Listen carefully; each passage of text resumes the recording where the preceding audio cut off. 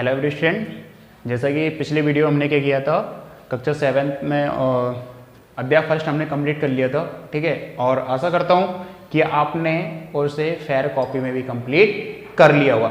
और जिन विद्यार्थियों ने नहीं किया है वो कर लें, क्योंकि मैं अभी जो फीडबैक लूँगा तो मुझे 1-2 दिन में ही जो है आपको क्या करोगे, जो कॉपी आपने कंप्लीट की है वो भेजना है। ठीक है, जिसके आपको मार्क्स मिलना है।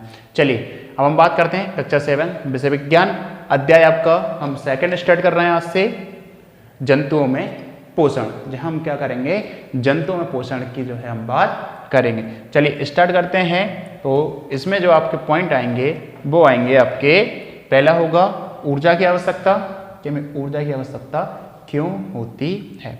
दूसरा आएगा आपका जंतुओं में पोषण। तीसरा आएगा आपका अमीबा में पोषण। यहाँ हम आज 3 पॉइंटों की बात या 3 बिंदुओं पर बात करेंगे। चलिए पहला है आपका ऊर्जा की आवश्यकता, कि आपको ऊर्जा की आवश्यकता क्यों होती है। चलिए, तो मानव सहित जितने भी जीव जंतु हैं उन्हें अपने शरीर को जो है गतिशील करने के लिए आपको क्या करना होता है, ऊर्जा की आवश्यकता होती है। जैसे आपको पता है कि आपका जो शरीर है वो करोड़ों कोशिकाओं से मिलकर बना होता है, और हर एक कोशिका या हर एक ऊतक का अपना अलग अलग काम होता है, अलग अलग कार्य होता है। तो जो कार्य आपके शारीरिक कार्य जो हो रहे हैं या आप कोई कार्य कर रहे हो, तो उन सब कार्यों को करने के लिए आपकी कोशिकाओं को क्या जरूरत पड़ती है, ऊर्जा की आवश्यकता होती है। चाहे भले आप विश्राम की अवस्था में ही क्यों ना हो, जब आप विश्राम कर रहे होते हो, जब आप आराम से सो रहे होते हो, तब भी क्या होता है, आपके अंदर बहुत सारी जो क्रियाएं होती हैं वो चल रही होती हैं, जिसके लिए आपको क्या करना होता है, आपके कोशिकाओं को ऊर्जा की आवश्यकता होती है। जैसे मांसपेशियों का सिकुड़ना, फैलना, हृदय का धड़कना, जो है सांस आप ले रहे हो, तो वो भी क्या इतनी आपके शरीर की क्रियाएं हैं जिनके लिए आपको ऊर्जा की आवश्यकता पड़ती है। ठीक है, अब ये ऊर्जा आती कहाँ से है, क्वेश्चन यही आता है कि ऊर्जा आती कहाँ से, आपको शरीर को ऊर्जा मिलती कहाँ से। तो आपके शरीर को जो ऊर्जा होती है वो आपको आपके भोजन से मिलती है। ठीक है, तो अब हम बात करते हैं जंतुओं में पोषण की, कि जंतुओं में पोषण किस प्रकार होता है। जो जंतु जो होते हैं वो अपना भरण पोषण कहाँ से करते हैं, भोजन एकत्रित कहाँ से, किस प्रकार से करते हैं। चलिए तो हम स्टार्ट करते हैं। जैसा कि आपने पिछले अध्याय में पढ़ा था पौधों में पोषण, तो आपको पता चला कि पौधे जो होते हैं वो अपना भोजन प्रकाश संश्लेषण की क्रिया से स्वयं निर्मित करते हैं, और मानव सहित जितने भी जीव जंतु हैं वो किसी न किसी रूप से जो है पेड़ पौधों पर निर्भर करते हैं। चलिए आगे बढ़ते हैं। जो कुछ जंतु ऐसे होते हैं जो परपोषी होते हैं तथा पोषण के लिए अन्य प्राणियों पर निर्भर रहते हैं। जैसे कि हमने कुछ उदाहरण पढ़े थे, जो कि क्या होते हैं, किसी न किसी रूप में जीव जंतुओं पर भी निर्भर रहते हैं या किसी दूसरे पर भी आश्रित रहते हैं। अब आगे आपका आता है इसी में कि जंतुओं में पोषण जो होता है वो किस प्रकार से होता है। ठीक है, तो जंतुओं में पोषण होता है पूर्ण समभोजी पोषण। यहाँ आपका पहला पॉइंट आता है, पूर्ण समभोजी पोषण के माध्यम से क्या होता है, हमारा शरीर जो है पोषण ग्रहण करता है। अगर हम इसकी बात करें तो पूर्ण समभोजी का अर्थ होता है ठोस भोजन ग्रहण करना। ठीक, आप क्या करते हो, जो भोजन जो लेते हो वो ठोस रूप में लेते हो। ठीक, जो क्या होता है आपके अंदर जाके सरल उपकरणों में विघटित होता है या सरल उपकरणों में टूट जाता है। जो आप ग्रहण करते हो वो कैसा होता है, पूर्ण समभोजी पोषण होता है, यानी ठोस वो भोजन होता है।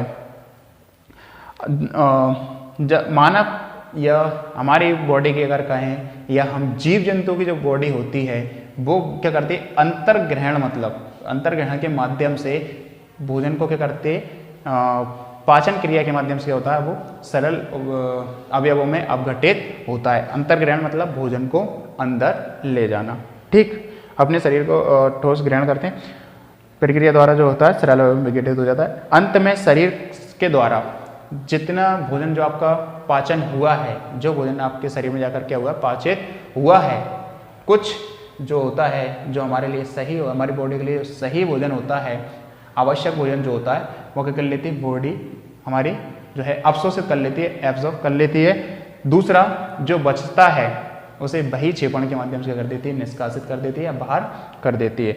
चलिए, मनुष्य तथा अन्य जो जीव जंतु है जैसे बिल्ली, मवेशी, गाय और भैंस की बात करें, कुत्ता, मछली, अमीबा इत्यादि जो है पूर्ण संभोजी पोषण के उदाहरण हैं, जो क्या करते हैं, पूर्ण संभोजी पोषण करते हैं, जिसमें क्रियाएं जो है कुछ स्टेप्स में चलती हैं। जैसे पहला होता है अंतर्ग्रहण, भोजन को अंदर ले जाना। दूसरा पाचन, अंदर जाने के बाद क्या होता है, भोजन का पाचन होता है। तीसरा आता है अपशोषण, भोजन को पाचित होने के बाद जो आवश्यक जो भोजन है, जो सही भोजन जो है वो क्या कर लेता है, हमारी बॉडी उसको अपशोषित कर लेती है, अपशोषण मुझे कहते हैं। अगला आता है स्वांगीकरण, मतलब जो बचा हुआ जो भोजन है उसको जो है आगे भेज देना। तथा बहिक्षेपण, बेकार पदार्थ को शरीर से क्या कर देना, बाहर कर देना, हमारा बहिक्षेपण कहलाता है। ठीक है, अब हम बात करते हैं अमीबा में पोषण की। अमीबा जो होता है वो एक जीव होता है। ठीक, अमीबा एक कोशिकीय जीव होता है। आगे आप इसमें पढ़ोगे एक कोशिकीय और द्विकोशिकीय होता है, कोशिका के बारे में भी आप पढ़ोगे। तो अमीबा जो होता है वो एक कोशिका का ही बना होता है। ठीक, और इसमें पोषण जो है एक ही कोशिका में सारी गतिविधियां होती हैं।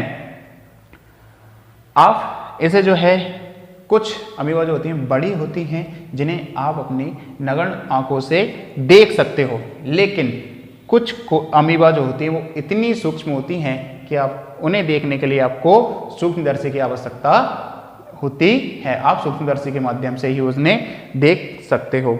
ठीक है, अमीबा एक कोशिकीय होता है। इसमें जो पोषण की जो विधि होती है वो एक ही कोशिका में होती है, और जितनी भी, चाहे वो अंतर्ग्रहण हो, पाचन हो, अवशोषण हो, बहिक्षेपण हो या स्वांगीकरण जो प्रक्रिया होती है वो एक ही कोशिका में होती हैं। अगर हम बात करें अमीबा में अंतर्ग्रहण की, भोजन को अंदर किस प्रकार ये लेके जाती है, तो इसकी अगर हम बात करें तो जो अमीबा जो होती है वो पहले भोजन को अंतर्ग्रहण करने के लिए क्या करती है, कूटपाद का प्रयोग करती है। कूटपाद मतलब ये अपने भोजन को पहले क्या करती है, देख लेती है। ठीक है, और उसके पास जाकर ये क्या करती है, चारों ओर से उंगली बर्दक, ठीक है, उंगली बर्दक इस प्रकार का जो है ये घेरा बना लेती है।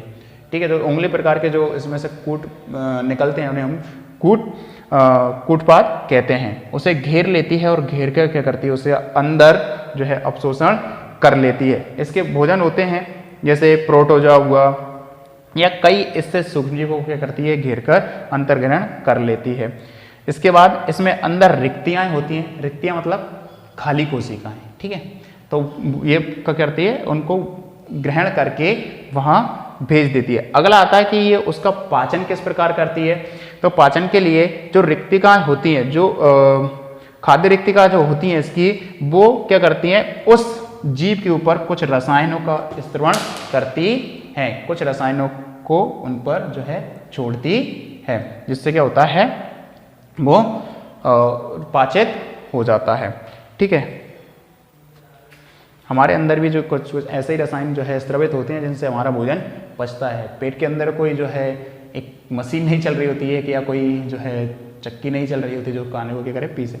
हमारा जो भोजन पचता है वो रसायनों से ही पचता है, तो उसके अंदर भी क्या होता है, कुछ रसायनों का ही स्त्रवण होता है। चलिए, अब उसको अपशोषण किस प्रकार करती है। तो अपशोषण के लिए क्या होती है, वो जो पाचित जो भोजन है, उस जो कोशिकाएं हैं वो क्या कर लेते हैं, जो उनके लिए जरूरी होता है उसको अपशोषित ये कर लेती हैं एक द्रव्य के रूप में ही। और जो उसने क्या किया, इस पे जो रसायन छोड़ा है, जो द्रव्य जो छोड़ा है, उसी के माध्यम से क्या करती है, उसने भोजन का जो है अपशोषण कर लेती है। अगला आता है स्वांगीकरण। स्वांगीकरण मतलब ये क्या करती है, अपने जो भोजन जो है उसका दो रूप में प्रयोग करती है। पहला जो होता है वो ऊर्जा देने के लिए, मतलब उसका जो शरीर है उसको ऊर्जा की जो आवश्यकता है, पहला कार्य भोजन का उसके अंदर ऊर्जा देना। ठीक, दूसरा क्या होता है, दूसरे का कार्य होता है उसकी वृद्धि करना। ठीक है, अमीबा क्या करती है, अपनी लगातार वृद्धि करती है, अपने शरीर को क्या करती है, बढ़ाती है। ठीक है, तो अन्य 2 काम इसके भोजन के होते हैं। अगला आता है बहिक्षेपण, जो उसका बचा हुआ है, जो भी भोजन के बाद जो बचता है, जैसे हमारे अंदर कार्बन डाइऑक्साइड बचता है, उसके अंदर भी जो है कार्बन डाइऑक्साइड बचता है, तो वो क्या करती है, उसको अपनी कोशिकाओं या अपनी त्वचा के माध्यम से उसे बाहर कर देती है, और जो भी कुछ और अतिरिक्त जल भी इसमें बचता है, प्लस कुछ और अपशेष भी बचता है, तो उसे क्या कर देती है, बहिक्षेपण के माध्यम से बाहर कर देती है। ठीक है, ये था आपका अमीबा में पोषण। आगे हम बात करते हैं कि मनुष्य में पोषण किस प्रकार होता है, और मनुष्य अपने पोषण जो है, अपना भोजन किस तरीके से ग्रहण करता है। आगे आता है आपका मनुष्य में पोषण। मनुष्य के पोषण की अगर हम बात करें,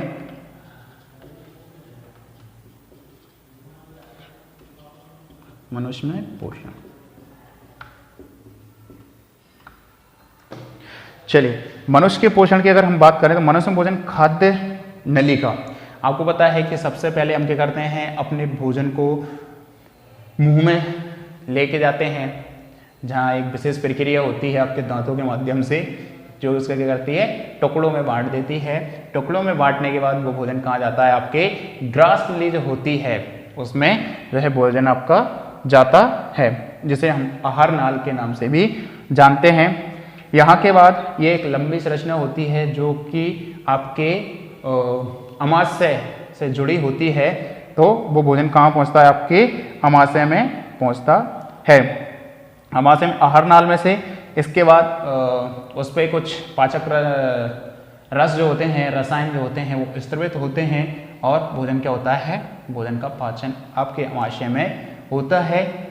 इसके बाद जो है वो फिर छोटी आंत में आपका पहुंचता है, और वहाँ से जो है आपका जो आपकी बॉडी की जो ज़रूरत का जो भोजन है वो क्या होता है, अवशोषित कर लिया जाता है, जिससे आपके शरीर को क्या मिलती है, ऊर्जा मिलती है। ठीक है, और बाकी का जो वेस्ट जो होता है वो आपका बड़ी आंत में पहुंचता है, और बड़ी आंत के बाद आपके गुर्दे में पहुंचता है, और जो है बहिक्षेपण के माध्यम से वो बाहर होता है। ठीक है, तो ये था आपका मनुष्य में पोषण।